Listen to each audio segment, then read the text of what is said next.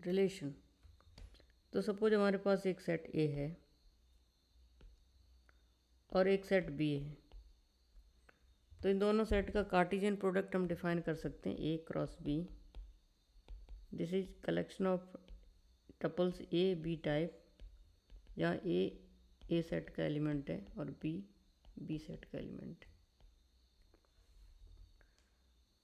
तो रिलेशन जो होगा, तो सपोज एग्जांपल आप ले सकते हो ए इक्वल टू 1 2 और बी इक्वल टू लेट से ए बी। तो ए क्रॉस बी जो बनेगा this is equal to 1A 1B 2A 2B। तो सेट ए में अगर m एलिमेंट्स हैं, ए सेट की कार्डिनलिटी लेट से m है और सेट बी की कार्डिनलिटी n है, तो you will always get mn elements in A cross B. तो कार्टेशियन प्रोडक्ट में हमेशा mn एलिमेंट आपको मिलेंगे। बट रिलेशन में क्या हम डिफाइन करते हैं कि इसमें mn एलिमेंट्स या टोटल एलिमेंट्स में से कुछ एलिमेंट्स हम सबसेट कोई लेते हैं, तो उस सबसेट को कहते हैं रिलेशन। तो आर रिलेशन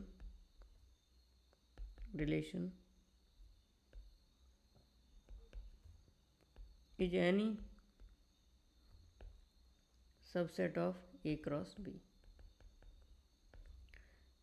यूँ समझिए कि आप ए क्रॉस बी का रिलेशन का मतलब ये है कि ए सेट और बी सेट के एलिमेंट्स, कुछ एलिमेंट्स रिलेटेड है, ज़रूरी नहीं कि हर एलिमेंट रिलेटेड हो। सपोज एग्जांपल लेते हैं कि ए सेट में कुछ पर्सन्स के नेम हैं, let's say Modi, Putin, like they are PMs of some country. और बी सेट में कंट्रीज़ के नेम्स हैं, ओके, इंडिया, रशिया, यूएस। और ए में हमारे पास पर्सन्स हैं, पीएम्स हैं, okay. So and let's say Biden. So in this case let B can, हम जानते हैं कि मोदी इंडिया के पीएम हैं, तो मोदी एंड इंडिया ये रिलेशन एग्जिस्ट करेगा, एलिमेंट एग्जिस्ट करेगा। बट मोदी को आप रशिया के साथ नहीं ऐड कर सकते हैं। तो इस केस में आपका जो रिलेशन बनेगा वो कैसा बनेगा, ऐसा बनेगा कि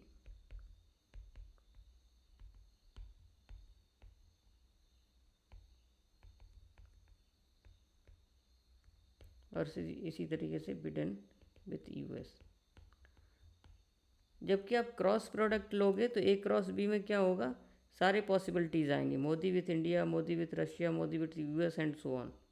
तो इस तरीके से आप देखोगे कि रिलेशन में कुछ सेट्स होते हैं, कुछ टपल्स होते हैं। तो वो मीनिंगफुल टपल्स भी हो सकते हैं जैसे इस केस में, और वो रैंडम टपल्स या मैथमेटिकली डिफाइंड सबसेट भी हो सकता है जिसका मीनिंग कुछ है नहीं है, इसका हमें हर क्वेश्चन में खोजना ज़रूरी नहीं है। But meaningful relations usually exist करते हैं जिसके लिए हम रिलेशन पढ़ रहे हैं। जैसे डिवाइड एक रिलेशन है, तो वो एग्जिस्ट कर सकता है दो सेट्स के एलिमेंट्स के बीच में। अब इन दो सेट्स को हम सेम भी ले सकते हैं। फॉर इंस्टेंस कि सपोज हमने ए सेट लिया जिसमें एलिमेंट्स हैं 1 to 10, 1 2 3 4 अप टू 10, और बी सेट भी यही हम मान के चल रहे हैं। और इन अदर वर्ड्स हम समझिए कि ए सेट और बी सेट जब एक ही है, तो ए सेट के एलिमेंट से ही रिलेटेड है और वो किसी रिलेशन के थ्रू हो सकते हैं, रिलेटेड हो। तो वो रिलेशन हम सपोज डिफाइन करते हैं डिवीजन, ओके, डिवाइड्स। तो ऐसे कौन से एलिमेंट होंगे ए सेट के जो डिवाइड कर रहे हैं या एक दूसरे से रिलेटेड हैं। तो इस केस में डिवाइड्स के रिस्पेक्ट में जो एलिमेंट्स इस रिलेशन में आएंगे वो क्या होगा, 1 1 को डिवाइड करता है, 1 तो सभी को डिवाइड करता है, तो 1 के साथ तो सभी एलिमेंट आएंगे। अब 2 के साथ देखिए, 2 2 को डिवाइड करेगा, 2 4 को डिवाइड करेगा एंड सो ऑन, 2 10 को डिवाइड करेगा, तो इवन के साथ सेट बनाएगा। 3 3 को डिवाइड करता है, 3 6 को डिवाइड करता है, और 3 9 को डिवाइड करता है। उसके बाद कुछ नहीं, 4 4 को डिवाइड करेगा, 4 8 को डिवाइड करेगा, और इसके बाद 5 5 को डिवाइड करेगा, और 5 10 को डिवाइड करेगा। उसके बाद 6 किसी को डिवाइड नहीं करेगा, नहीं 6 6 को डिवाइड करेगा, 7 7 को डिवाइड करेगा, 8 8 को डिवाइड करेगा, 9 9 को डिवाइड करेगा, और 10 10 को डिवाइड करेगा। That's it. तो इस केस में इतने ही सेट आपको इस रिलेशन के द्वारा इतने एलिमेंट इस सेट में मिलेंगे। इस रिलेशन में इतने ही एलिमेंट्स होंगे। जबकि ए क्रॉस ए का कार्टेशियन प्रोडक्ट में आपको कितने एलिमेंट मिलेंगे? 100 मिलेंगे। अब आप इस सेट में देख रहे हो कि यूजुअली 1 एलिमेंट 2 एलिमेंट टाइप के सेट मिल रहे हैं। तो क्या हम इस पे कुछ डेफिनेशन दे सकते हैं? तो इसमें डेफिनेशन है कि अगर किसी रिलेशन में सेम टाइप के एलिमेंट मिल रहे हैं तो आर रिलेशन है, आर इज ए रिलेशन, और उस रिलेशन में इस तरीके के एलिमेंट हैं कि for every A R is a relation on some set A, on set A, और for every A in A we have the case that A is there in R. तो अगर ऐसा केस है तो इसको कहेंगे रिफ्लेक्सिव रिलेशन। जैसे इस केस में 1 1 है, 2 2 है, 3 3 4 4 5 5 6 6 7 7, इस तरीके के सारे एलिमेंट्स हैं, और हर एक 1 to 10 हर एक एलिमेंट के लिए हैं, तो इसलिए इसको कहेंगे this is reflexive, R reflexive है इस केस में। एक दूसरी प्रॉपर्टी इंपॉर्टेंट है जिसमें कहते हैं कि अगर ए बी है कोई भी टपल आर में, तो बी ए भी होना चाहिए। मतलब ए रिलेटेड बी है तो बी रिलेटेड ए भी होना चाहिए, तो इसको कहते हैं सिमेट्रिक।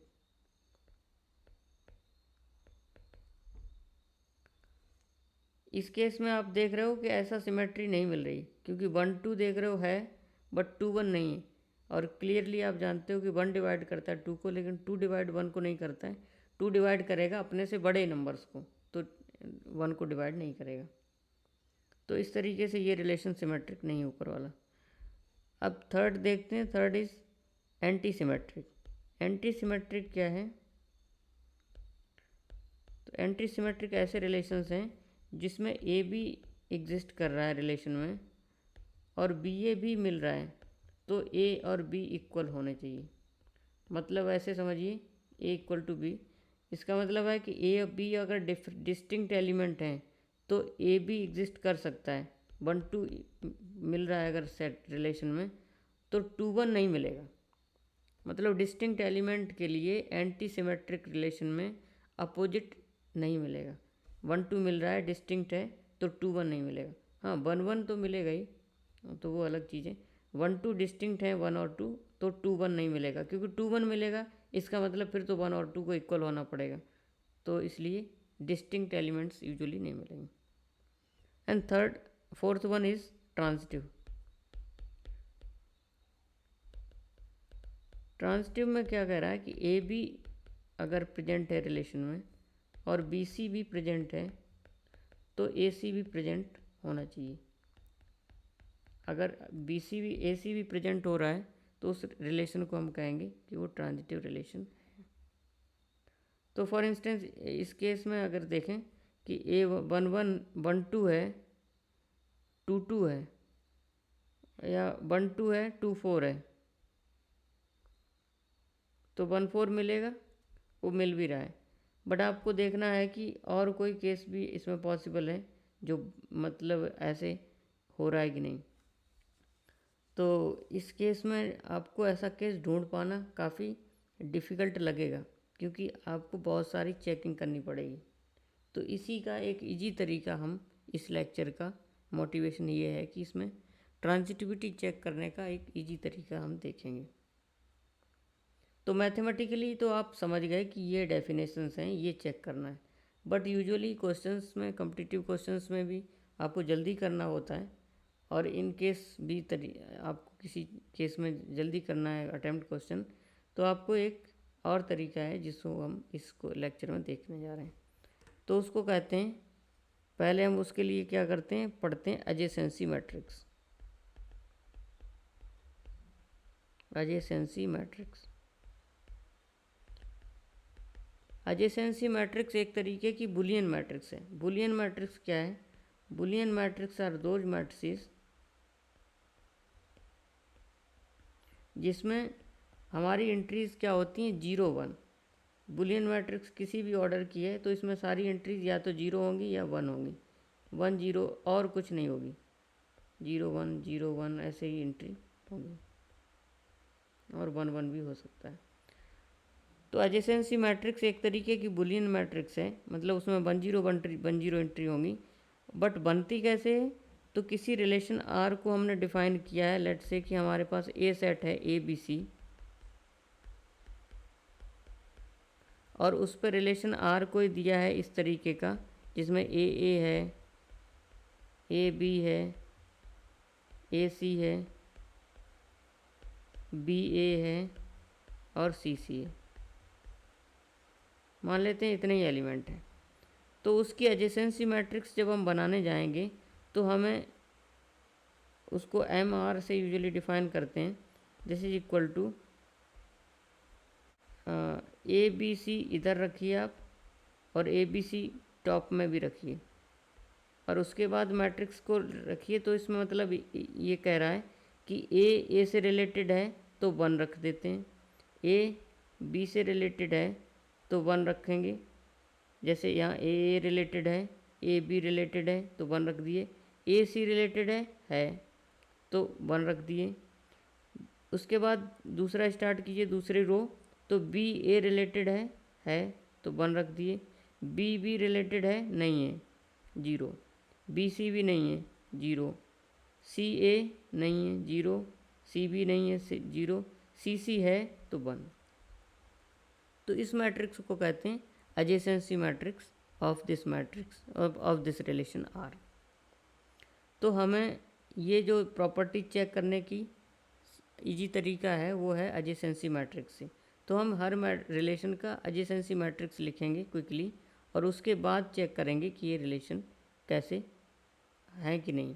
तो अब हम इन रिलेशंस की जो प्रॉपर्टी थी या डेफिनेशंस थी in terms of adjacency matrix देखें तो वो क्या बनेगी। अब देखिए, रिफ्लेक्सिव रिलेशन में ए होना चाहिए। इसका मतलब है कि इस एडजेसेंसी मैट्रिक्स में ए होना चाहिए, बी होना चाहिए, सी होना चाहिए। मतलब इस एडजेसेंसी मैट्रिक्स में डायगोनल एंट्रीज 1 होनी चाहिए सारी। तो आप यहाँ पे लिख लें कि फॉर रिफ्लेक्सिव एडजेसेंसी मैट्रिक्स में क्या होना चाहिए, एम आर में, किसी रिलेशन की मैट्रिक्स एम आर में diagonal should be 1, diagonal all diagonal should be 1 equal to 1। Symmetric के लिए आप देख रहे हो ए बी अगर रिलेटेड है, ए बी रिलेटेड है मीन्स यहाँ 1 है, तो बी ए रिलेटेड होना चाहिए, मतलब उसका मैट्रिक्स यहाँ होना चाहिए 1। तो सिमेट्रिक के लिए सिंपली सही कहिए कि सिमेट्री के लिए, for symmetry your M R should be symmetric. Okay, now transitivity. Transitivity एक बड़ा टास्क है कि कैसे आप हैंडल करोगे ट्रांजिटिविटी। उससे पहले हम एंटी सिमेट्री देख लेते हैं, वो ज़्यादा ईजी है। एंटी सिमेट्री में देखिए, एंटी सिमेट्री का सीधा मतलब है कि ए बी रिलेटेड है, तो अगर ए बी में 1 है, अपर डायगोनल में 1 है किसी जगह, तो उसके कोरिस्पॉन्डिंग लोअर डायगोनल में 1 नहीं होना चाहिए। ओके, तो आप वो क्लियरली आप समझ सकते हो कि कैसे इसमें क्या रिजल्ट बनना चाहिए। अच्छा, दूसरी चीज़ ये है कि इस मैट्रिक्स के लिए हमें एक ये ध्यान रखना है कि रिफ्लेक्सिव में सिर्फ डायगोनल एंट्री चेक करते हैं और वो सभी 1 होना चाहिए।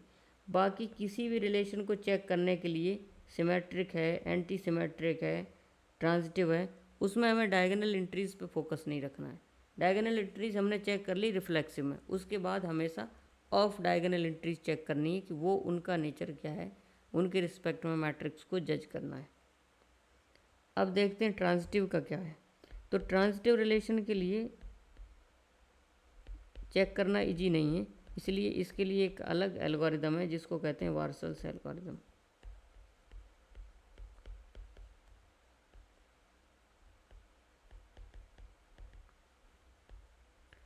तो वार्सल्स एल्गोरिदम क्या कहती है कि सपोज हमारे पास एक मैट्रिक्स का सपोज एक सेट ए है, ए बी सी, और उसके ऊपर रिलेशन डिफाइन किया है A B B C C A B and B A.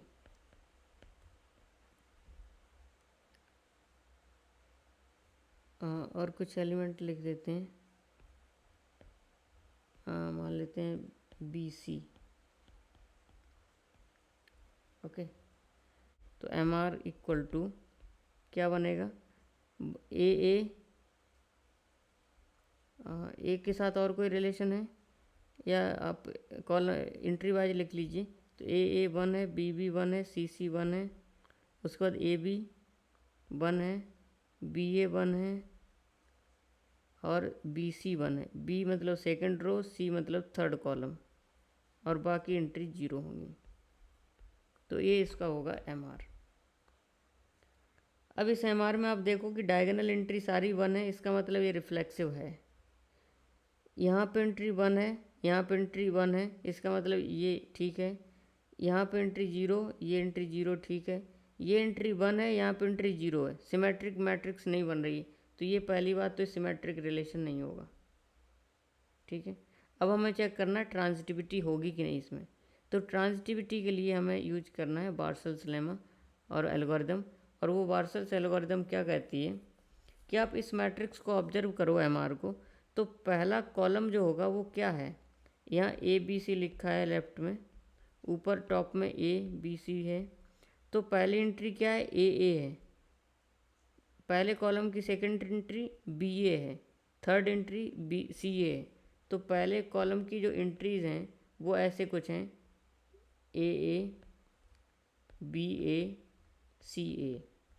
और रोज़ की एंट्री कैसी होंगी, ए बी ए सी। तो कॉलम में सारी एंट्री ए में टर्मिनेट हो रही हैं, एंड हो रही ए में, और रो में सारी एंट्री ए से स्टार्ट हो रही हैं। तो ट्रांजिटिविटी के लिए हमें यहाँ पे ध्यान देना होगा कि पहले कॉलम और पहले रो में कौन सी एंट्री एग्जिस्ट कर रही है, मतलब कौन सी एंट्री नॉन जीरो है। ठीक है, तो इसी पे एल्गोरिदम कहता है। तो आप ऐसे समझो कि बी ए है सपोज और ए बी है, तो इसका मतलब है कि ट्रांजिटिविटी से बी भी होना चाहिए, मतलब दूसरी पोजीशन पे 1 है, दूसरी पोजीशन पे, और यहाँ पर भी दूसरी पोजीशन पे 1 है, तो 2 पोजीशन पर भी 1 होना चाहिए। यहाँ सेकंड पोजीशन पे 1 है, इसका मतलब बी ए एग्जिस्ट कर रहा है, बी ए एग्जिस्ट कर रहा है, और ए सी भी 1 है, मतलब थर्ड पोजीशन पर भी 1 है, और इसका मतलब ए सी एग्जिस्ट कर रहा है। तो इसका मतलब है कि बी सी होना चाहिए, मतलब 3 पोजीशन पे 1 होना चाहिए। तो यहाँ सेकंड पोजीशन पे 1 लिया था हमने, और यहाँ थर्ड पोजीशन पे 1 लिया था इस एंट्री में, तो इसका मतलब 2 3 में 1 आ गया यहाँ पर। तो आप ऐसे अभी इसको एल्गोरिदम जब स्टेप्स में समझाएंगे तो आपको इजी पड़ेगा, बट ये लॉजिक क्या है ये मैं बताना चाह रहा हूँ कि ये लॉजिक यहाँ से आ रहा है कि पहले कॉलम में ए ख़त्म हो रहा है, पहले रो में ए शुरू हो रहा है, तो वो सारी एंट्री कोऑर्डिनेट्स बनने चाहिए 1। अब इसी मैट्रिक्स के ऊपर हम एग्जांपल ले लेते हैं कि सपोज हमारा ये जो एग्जांपल दिया है, ये वाली एमआर मैट्रिक्स, ये ट्रांजिटिव है कि नहीं ये चेक करना है। तो ट्रांजिटिव चेक करने के लिए अब देखिए, पहला ए के लिए जब चेक करते हैं, यहाँ पे हमारे पास ए बी सी 3 एलिमेंट हैं, तो पहले ए के लिए देखें। ए के लिए चेक करेंगे तो चेक करेंगे फर्स्ट कॉलम और फर्स्ट रो में किस पोजीशन पे 1s हैं, और डायगोनल एंट्री हम छोड़ सकते हैं, लेंगे तो भी कोई फ़र्क नहीं पड़ेगा, छोड़ सकते हैं, बट क्योंकि डायगोनल सिर्फ हमें रिफ्लेक्सिव में चेक करना है पहले वाले में, उसके बाद डायगोनल हमें ध्यान नहीं देना है। तो पहले कॉलम में देखिए वन कहाँ पे, पहले कॉलम में वन है सेकंड पोजीशन पे, तो मतलब दूसरे कोऑर्डिनेट में। पहली रो में वन कहाँ है, सेकंड पोजीशन पे, मतलब दूसरी रो पे। इसका मतलब है कि दो दो पोजीशन पे हमारा होना चाहिए वन, तो दो दो पे वन है, ये देखिए ठीक है। इसका मतलब ए के रिस्पेक्ट में ट्रांजिटिव है, और पहले कॉलम पहले रो में और कहीं वन नहीं है, तो वो ठीक है, ए के रिस्पेक्ट में है। अब बी के रिस्पेक्ट में चेक करेंगे तो आएगा सेकंड कॉलम सेकंड रो। तो सेकंड रो में देखिए सेकंड कॉलम में पहले देखें तो पहली पोजीशन पे वन है, और दूसरी पोजीशन छोड़ दीजिए, क्यों, क्योंकि वो डायगोनल एंट्री है। तो पहली पोजीशन पे वन है, और सेकंड रो में कहाँ है, सेकंड रो में पहली पोजीशन पर भी है और तीसरी पोजीशन पर भी है, तो पहली और तीसरी पोजीशन पे है। इसका मतलब है ट्रांजिटिविटी डिमांड करती है कि वन वन पे वन होना चाहिए और वन थ्री पर भी वन होना चाहिए। तो वन वन पे है, वन थ्री पे नहीं है, तो ये वन थ्री पे पोजीशन पे हमारा वन होना चाहिए, तब ट्रांजिटिव बनेगा। तो इसका मतलब है कि ये, तो एल्गोरिदम ये कहती है कि जो इनिशियल मैट्रिक्स थी उसको तो हम W0 से डिनोट करेंगे, वार्शल से W। तो पहले स्टेप के लिए W1 ए के रिस्पेक्ट में वो W0 हो गया, और दूसरे स्टेप में W2 निकालेंगे तो वो मैट्रिक्स कौन सी बन के आएगी, जिस मैट्रिक्स में 1 3 पे 1 होगा। इसका मतलब है कि बनेगी मैट्रिक्स 1 1 1 1 1 1 0 0 1, ये मैट्रिक्स बनेगी W2। ये है अब transitive with respect to B as well. अब हमें देखना है सी के रिस्पेक्ट में ट्रांजिटिविटी, तो थर्ड कॉलम और थर्ड रो। तो यहाँ पे एक क्वेश्चन सिंपल सा है, ये भी देख सकते हो। यहाँ पे तो हम ट्रांजिटिव क्लोजर निकालने जा रहे हैं, क्लोजर का मतलब जो ट्रांजिटिव रिलेशन हो, एक्सटेंड करेंगे उसको, इसलिए हमने वहाँ ऐड कर दिया वन। अगर सपोज आपके क्वेश्चन में सिर्फ चेक करनी है कि ये मैट्रिक्स ट्रांजिटिव है कि नहीं, तो आप यहीं पर रुक जाइए, क्यों, क्योंकि आपको 1 3 पे 1 चाहिए था और 1 3 पे 1 यहाँ पर नहीं था, तो ये ट्रांजिटिव नहीं थी, तो आपका क्वेश्चन सॉल्व हो गया। सपोज आपको बनाना है ट्रांजिटिव, तब आप वहाँ पे 1 ऐड कर दिए हमने, जैसे यहाँ पे है ना। अब थर्ड कॉलम में देखिए, थर्ड कॉलम में तीनों जगह 1 2 3 तीनों जगह 1 है। थर्ड रो में सिर्फ 3 ही जगह 1 है। हमें चाहिए 1 3 पे चाहिए 1, 2 3 पे चाहिए 1, 3 3 पे चाहिए 1, तो 1 3 3 2 2 3 3 3 सारी जगह 1 है। तो ये फाइनली ट्रांजिटिव रिलेशन होगा, ये वाला। तो इसको कहेंगे वार्सल्स फाइनल मैट्रिक्स। तो अब इस मैट्रिक्स का रिलेशन आप लिख सकते हो कैसे, आर क्या बनेगा इस केस में, आर बनेगा A B A C B A B B B C और सी सी। अब आप चेक करो, ये रिलेशन आपको पक्का ट्रांजिटिव मिलेगा। तो इस तरीके से एडजेसेंसी मैट्रिक्स, अब आपको ये थोड़ा सा कॉम्प्लिकेटेड लग सकता है एक्सप्लेनेशन की वजह से, अदरवाइज ये काफ़ी सिंपल प्रोसेस है। एक एग्जांपल और लेते हैं। एक्स सेट दिया है 1 2 3 4, और रिलेशन डिफाइन किया है आर इज इक्वल टू 1 1 2 2 3 3 4 4 3 2 2 3 1 2 2 1। और ये चेक करना था कि रिलेशन रिफ्लेक्सिव है, सिमेट्रिक है, ट्रांजिटिव है। बाय द वे एक चीज़ और बता दें, जो रिलेशन रिफ्लेक्सिव भी होता है, सिमेट्रिक भी होता है, ट्रांजिटिव भी होता है, उस रिलेशन को कहते हैं इक्विवेलेंस रिलेशन। और जो रिफ्लेक्सिव एंटी सिमेट्रिक ट्रांजिटिव होता है उसको कहते हैं पार्शियल ऑर्डर।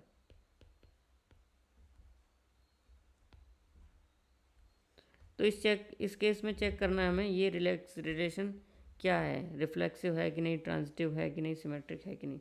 तो इसकी फट से हम एडजेसेंसी मैट्रिक्स बना लेते हैं। तो क्या बनेगा, 1 1 है तो 1, 2 2 है, कॉलम 1 कॉलम 1 कॉलम 1।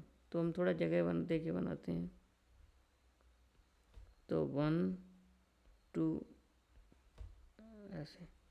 उसके बाद 3 3 4 4 तक हो गया। 3 2 3 2 मतलब 3 2 मतलब है कि थर्ड